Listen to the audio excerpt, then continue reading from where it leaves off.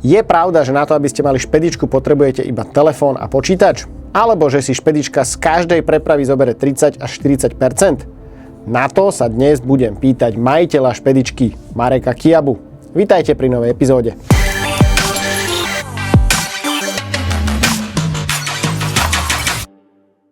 Marek, vítaj u nás, ďakujem, že si prišiel. Ďakujem veľmi pekne za pozvanie. Začnem takou otázkou, ktorá je moja obľúbená, lebo mňa zaujíma vždy ten príbeh. A viem, že ty si v doprave dlho, myslím, že 2002 bol ten rok, kedy si prišiel do tejto sféry, ale 2017 je vlastne rok, kedy sa narodila Kiaba Spedition and Transporte. Čo sa za tým stálo? Čo zmenilo tvoj názor, že idem do vlastného? Ten názor sa rodil možno posledné 2 roky v mojom poslednom zamestnaní a ako si správne povedal, od roku 2002, keď som mal 19 rokov, tak som začal pracovať v doprave a prešiel som 3 rôznymi firmami a začal som si budovať kariéru ako obyčajný dispečer. V druhej firme sa mi dostalo možnosti dispečing riadiť. V tretej firme som už manažoval takmer celú firmu. A v tej tretej firme som si povedal asi po nejakých 2-3 rokoch, že som urobil chybu a podpísal som namiesto spoločenskej zmluvy som podpísal zamestnaneckú zmluvu a keď som sa to v tej firme snažil zvrátiť, už bolo neskoro. Tak som sa rozhodol, že dám výpoveď a skúsim tých 15-16 rokov skúsenosti pretaviť do vlastného podnikania. A keby si to dnes mal porovnať, že aký bol ten trh a tá doprava, keď si začínal versus aké to je dnes, tak v čom vidíš taký najväčší rozdiel? Keď som v roku 2002 skôr ten 2017, keď si začínal, že keď si sa postavil ty na vlastné nohy ako s vlastnou špedičkou, tak aké to bolo vtedy a ako to hodnotíš dnes so odstupom času, že v čom ten trh je iný pre teba ako špeditéra? Ja som si to trošku tak predstavoval ako sa hovorí, ako hurvinek válku, že úplne stačí, keď po tých 15-16 rokoch založím firmu, ktorá sa bude volať ako ja, Kiaba. Dám tam pomočku a napíšem, že Spedition, že špedícia, že budem robiť špedíciu, až dám tam end, transporte, že ten, kto nevie, čo je špedícia, tak by mohol vedieť, že čo je transporte.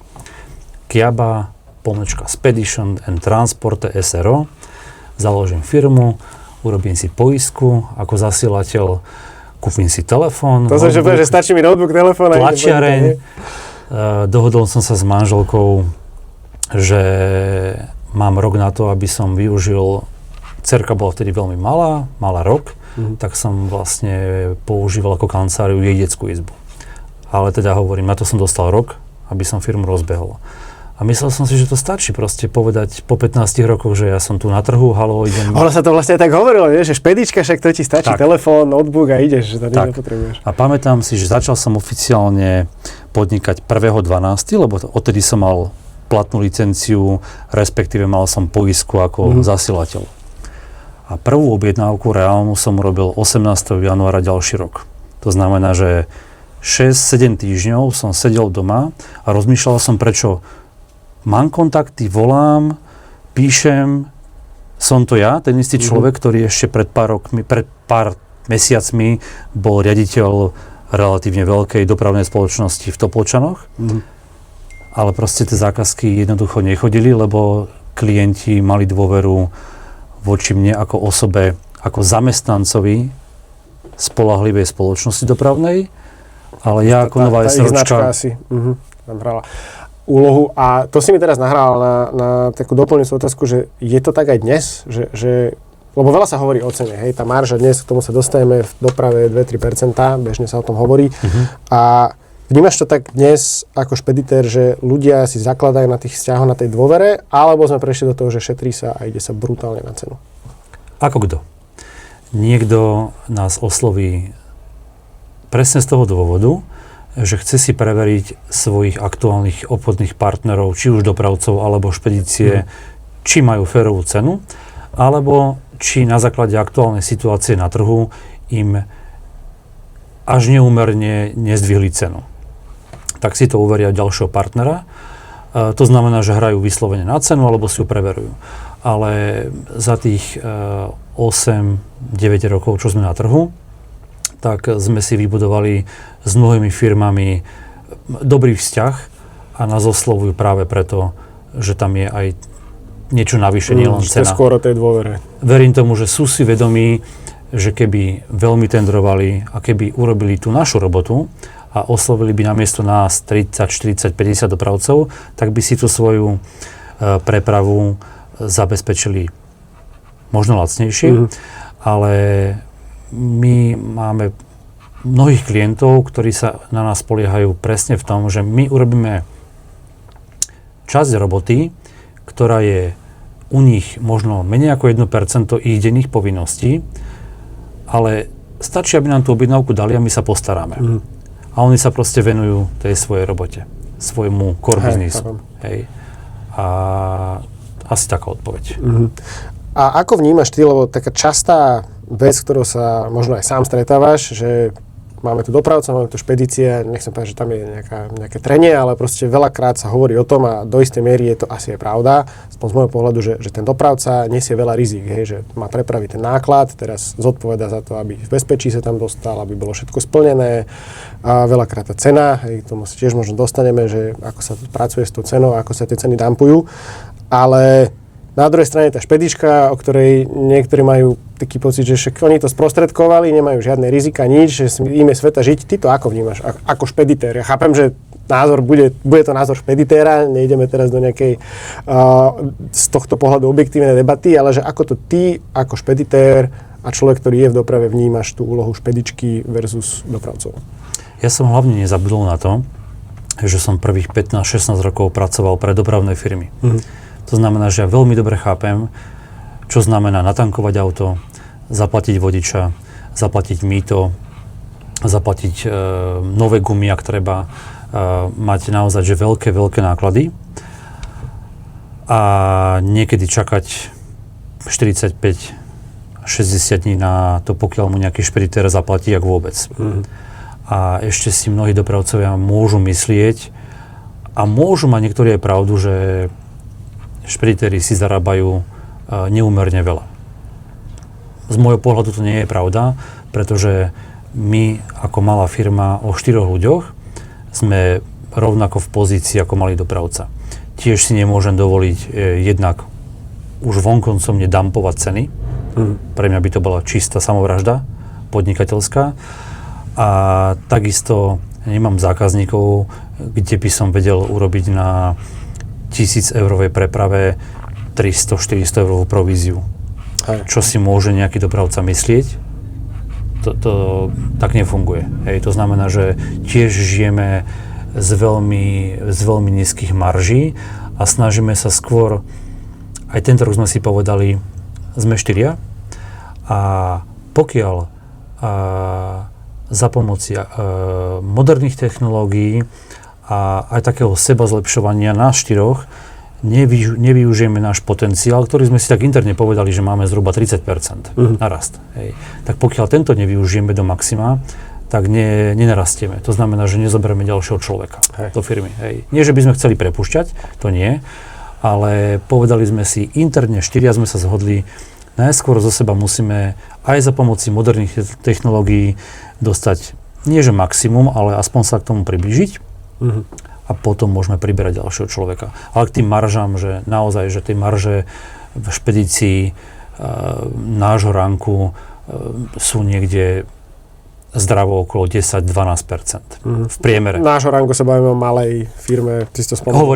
Hovorím o svojej firme. Ale keď si porovnávam dáta, alebo sa bavím s konkurenciou, pokiaľ tá konkurencia je otvorená, tak sme na tom plus minus rovnako. Nikto nemá dneska 25-30% maržu na špedícii.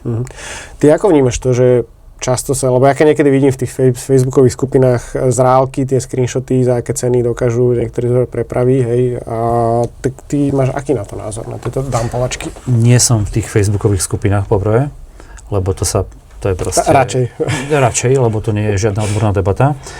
A teda na dumping mám taký názor, že nemám ho rád. Hej. Nerobím ho a nemám ho rád. Ale proste je to obchodná taktika, používaná v rôznych sektoroch, nielen v doprave. Ty už si to tak naznačil, ale že keby si mal že v jednej, dvoch vetách vystihnúť tú pridanú hodnotu špedičky, tak v čom spočíva?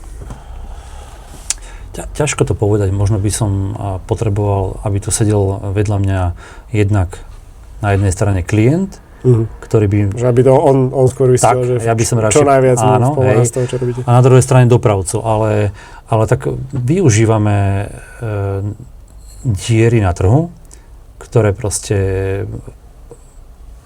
odveky sú. Diery myslím v tom zmysle, že v ideálnom svete by zákazník nepotreboval špeditera na to, aby si objednal dopravcu. A naopak v ideálnom svete by nepotreboval dopravca, špeditera. Všetko, napravo by sa všetci dohodli. Tak, ale ten svet nie je ideálny, to znamená, že keď klient má nepravidelnú robotu, tak veľmi ťažko na to napasuje nejakého stabilného dopravcu, ktorý proste bude na gumičke. Jasne. Ale špediter na gumičke doslova môže byť.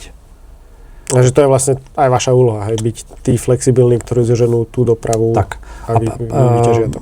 Vlastne my aj takým štýlom fungujeme, alebo snažíme sa obchodovať. Neorientujeme sa na zmluvných dopravcov, ale skôr sa snažíme neustále rozširovať a udržovať portfólio zákazníkov, ktorí majú nepravidelné požiadavky, či už na celovozové alebo nárazové prepravy. A to je jedno, že či to je v rámci Slovenska, alebo je to v rámci celej Európy. Ale teda hlavne sú to nepravidelné prepravy. Keď ja tak počúvam, tak v podstate flexibilita je taká vec, ktorá sa mi s tým spája, že v čom je tá vaša naozaj pridaná hodnota pre tých dopravcov. Flexibilita, zodpovednosť, to znamená, že keď ten klient od nás dostane cenu, častokrát zdôrazňujem aj v ponukách, alebo teda v dopytoch, alebo v odpovedi na dopyty, že naša cenová ponuka je zároveň možnosť. Keď tá cenová ponuka je len orientačná, tak to zvýrazním a poviem, že tá cenová ponuka je len orientačná, lebo niekedy si to pýta, hej, že len potrebuje niečo naceniť, nejaký projekt. Áno. Hej. Ale keď teda dám cenovú ponuku, tak ho zároveň označím, že je to cenová ponuka a možnosť zároveň. Chápem.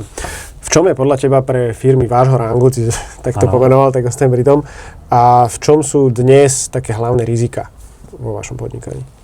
Tých rizik je čím ďalej, tým viacej. Tým, ako sa vyvíjajú technológie, ktoré nám prácu mnohom uľahčujú, tak nám ju aj sťažujú. A ako najväčšie riziko vnímam neplatenie faktúr. Toto ale nie je problém našich dopravcov. Neexistuje dopravca za našu existenciu, ktorý by mal nezaplatenú faktúru, alebo že by som nejakému dopravcovi povedal, počuj, zaplatím ti o mesiac alebo o 3 týždne, lebo čakám na to, že mi zaplatí nejaký náš klient. Toto je moja starosť. Dopravca má dohodnutú splatnosť, tá je držaná na 100%. To ale neplatí úplne 100%. Chcem povedať, že po tomto podcaste začne ti zvoniť telefón a budeš mať viac tých dopravcov, lebo toto je teda riadny folklór, hej, 60 až 90 Opakujem, že nepodnikáme momentálne štýlom, že by sme mali zmluvných dopravcov, aj keď sa nám stáva teda, že sa nám niekto tlačí do portfólia, že by chceli ponúknuť kamión, ale my sa orientujeme skôr na tých klientov, ktorí potrebujú vykryť nepravidelné veci. Hej. To je náš taký core business. Na tom sa vieme nejako momentálne uživiť. Ale vrátim sa k tým splatnostiam, alebo teda k tomu neplateniu. Máme to pokryté vo firme, už teraz môžem povedať, že pomerne dobre, tým, že sme si poistili pohľadávky. Čo sme ako sme rástli, tak proste nevedel som presne, ako to riešiť, alebo sme možno neboli v takej veľkosti ako firma, aby sa to oplatilo, ale zhruba pred nejakými, myslím, že 2 rokmi sme, ak môžem povedať, v Allianz Trade, sme sa poistili a musím povedať, že to veľmi dobre vplýva na tých, ktorí majú záujem neplatiť. Lebo keď im príde už len prvá faktúra, je tam pečiatka od Allianz Trade, hej, vedia... Zužuje sa ten priestor na Tak, vymýšľanie. hej. A pokiaľ príde veľký projekt, nechám si to Valiant Trade schváliť, buď ten limit dostanem, alebo nedostanem. Keď limit nie je, poviem klientovi otvorene, nemám problém robiť s tebou, ale podmienkou je platba vopred. Aby som ochránil nielen seba, ale aj dopravcu. Ale myslím, že trošku to vo väčšom prichádza už aj na tento náš slovenský trh, že sa takto začne rozmýšľať. Koniec koncov sedel tu pred pár mesiacmi Ardaton s Malcolmu, o tomto istom sme sa bavili, že aký je ten folklór a ako vlastne pribúdajú produkty, ktoré sa snažia chrániť zúčastnených v tom procese presne pred týmto. Takže je dobré vedieť a počuť, že... Oni vlastne ponúkajú finančnú službu faktoring. To je faktoring. Faktoring, áno. To je aj nejaké poistenie a podobne, ale minimálne už sa o tom hovorí. K tejto téme môžem povedať, že my ponúkame dopravcom teda nie faktoring, ale tzv. Skonto. A mnohí dopravcovia to v dnešnej dobe využívajú, alebo je to pre nich zaujímavé proste rýchle peniaze. Že... Spomenul si technológie. Podľa teba prídeme niekedy do doby, kedy špeditéra človeka nahradia digitálne platformy? Odpoviem ti, ale vráťme sa ešte k tej predložitej otázke, že aké ohrozenia vnímam. Ja som hovoril o neplatení faktúr, to vnímam ako najväčšie riziko. Ale nechcem opomenúť tému fantomových dopravcov. OK. To je téma, ktorá nás trápi ako špediterov dennodenne. Dennodenne nám prídu e-maily z falošných firiem, kde niekto proste zamení písmenka v domene. To už nehovorím o všelijakých gmailových kontách alebo takýchto, ale vyslovene veľké relevantné dopravné firmy majú problém s tým, že ich dokumenty bývajú sfalšované. V princípe nie sfalšované, ale nejaký podvodník ich nejakým spôsobom získa a on ich potom preposiela z inej domeny a v spolupráci s rôznymi mafiánskymi skupinami, lebo to už inak nemôžno nazvať ako mafiánske skupiny. Keď to už je organizované. To už nie je organizovaný zločin. A tým, že žijeme v priestore, kde bohužiaľ kriminalite kvitne na lepšie časy kvôli zákonom, tak naša krajina tu sa momentálne sústredí naozaj, že veľa... Čiže vy to reálne cítite, hej? Že veľmi. Tých zmenách všetkých... Nie je deň, kedy by sme neodhalili 1, 2, 3 fantomových dopravcov, len tým, že si skontroluješ si e-mail s tým, že spáruješ si firmu, používame burzy ako Timocom, Trans alebo Komár. A teda pokiaľ tam ten e-mail majú uvedený, odkiaľ teda nás kontaktujú tí dopravcovia, tak proste naši zamestnanci, vrátane seba, máme za úlohu kontrolovať, ale úplne detailne, hej, lebo stačí, aby si L nahradil veľkým I. Áno, vlastne. Voľným okom je to ťažko rozpoznateľné a tam sa môžeme dostať, že tu ti vie pomôcť niekedy umelá inteligencia, keď je stáž správny. Vie to rozpoznať. Respektíve vie ti pomôcť. Vie ti pomôcť. Nespoliehaj sa, ale vie ti pomôcť, vie ťa naviesť. A vy to aj reálne evidujete, že sa to zhoršilo od toho, kedy sa menili všetky tie trestné kodexy, alebo je to že dlhodobo takýto objemný problém s tými fantomovými dopravcami? Boli sme, myslím, že niekedy koncom minulého roka na jednej sme členom Zväzu zasielateľov Slovenska a mali takú odbornú konferenciu v Bratislave a prednášal tam policajt, ktorý sa venuje, slovenský policajt, ktorý sa venuje tejto problematike. Vlastne to bola téma, ktorá ma na tú konferenciu pritiahla a naozaj to je proste veľký problém. Fantomoví dopravcovia pre špeditérov je veľký problém, ale rovnako to je aj pre firmy, ktoré budú sami tendrovať a povedia si, že ja vynechám špeditéra, nepotrebujem ho, ja si to sám vytendrujem, zamestnám si nejakého, nechcem povedať, že slabšieho, ale menej skúseného špeditéra interného a pokiaľ ho človek dobre nezaškolí a neukáže mu všetky tie možné riziká, respektíve to ten človek nebude vidieť, tak skôr či neskôr sa tej firme stane, že im ukradnú tovar. Akože je to téma, ktorá... A tie štatistiky sú naozaj, že akože neúprosné. Vrátim sa k tej otázke s tou AI a respektíve s tými technológiami. Či si teda myslíš, že moderné technológie dokážu raz nahradiť a tie digitálne platformy nahradiť špeditéra? Nemyslím si, že úplne, ale som presvedčený, že mnohým dobrým špeditérom sa technológie im pomôžu stať sa ešte lepšími. A rovnako aj tí priemerní, ktorí dneska možno, a tak sa môžu aj identifikovať, že ja som obyčajný priemerný špeditér, ale keď sa zamerám na AI technológie, tak čo niekedy možno trvalo roky, aby sa z niekoho stal veľmi kvalitný špeditér, tak možno niekto, kto je dneska priemerný, aj s priemernou angličtinou, aj s malou praxou, ale s dobre nastavenými AI nástrojmi sa nemusí, ale môže sa z neho stať veľmi špičkový špeditér. Hej. Nebude pravdepodobne vedieť riešiť niektoré situácie, ktoré nezažil, lebo ja za tých 24 rokov praxe som teda toho zažil veľa, ale denne sa mi stáva, že sa bijem s niečím novým, čo proste musím nejako... Je to ako keď máš detské Lego rozhádzané, hej, na koberci, vieš to predstaviť. Hej, ja som veľmi živo teraz viem predstaviť. No a proste vieš, že keď všetko správne poskladáš, tak z toho vznikne hasičské auto.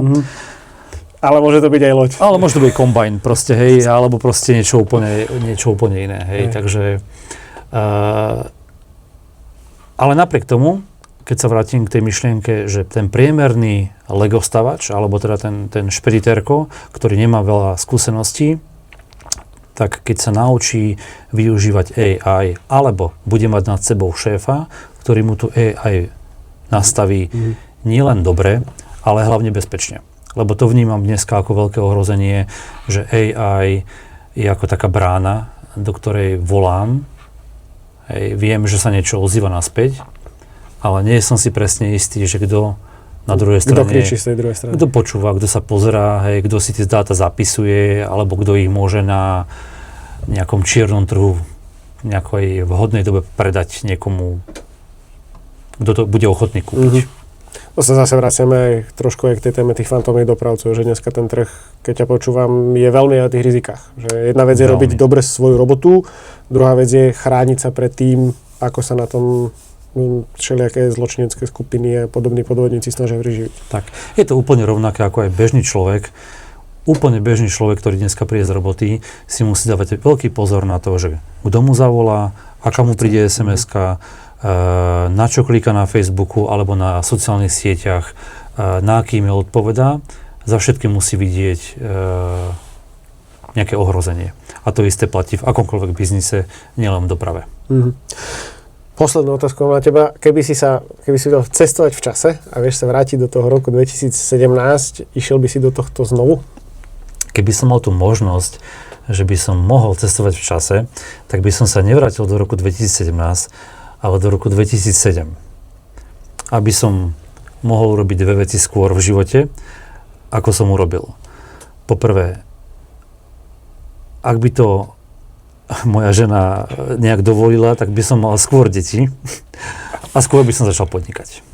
Čiže jedine toto by si zmenil, ale... Je to dve veci. To znamená, že samozrejme urobil by som to lepšie, urobil by som to inak, lepšie by som naplánoval odchod zo zamestnania. Ja už poznám to sám, že už spätne vždy sme múdrejšie, ale zaujímavé, bavili sme sa veľa o tom, že ten biznis je plný víziev a každodenný, že vnímaš to určite sám, že v tej doprave nemáme taký ten svet, kde sa ráno zobudí, že vieš si naplánovať celý deň, ty si vieš naplánovať akorát tak to, že určite sa niečo udeje a budem na to musieť reagovať.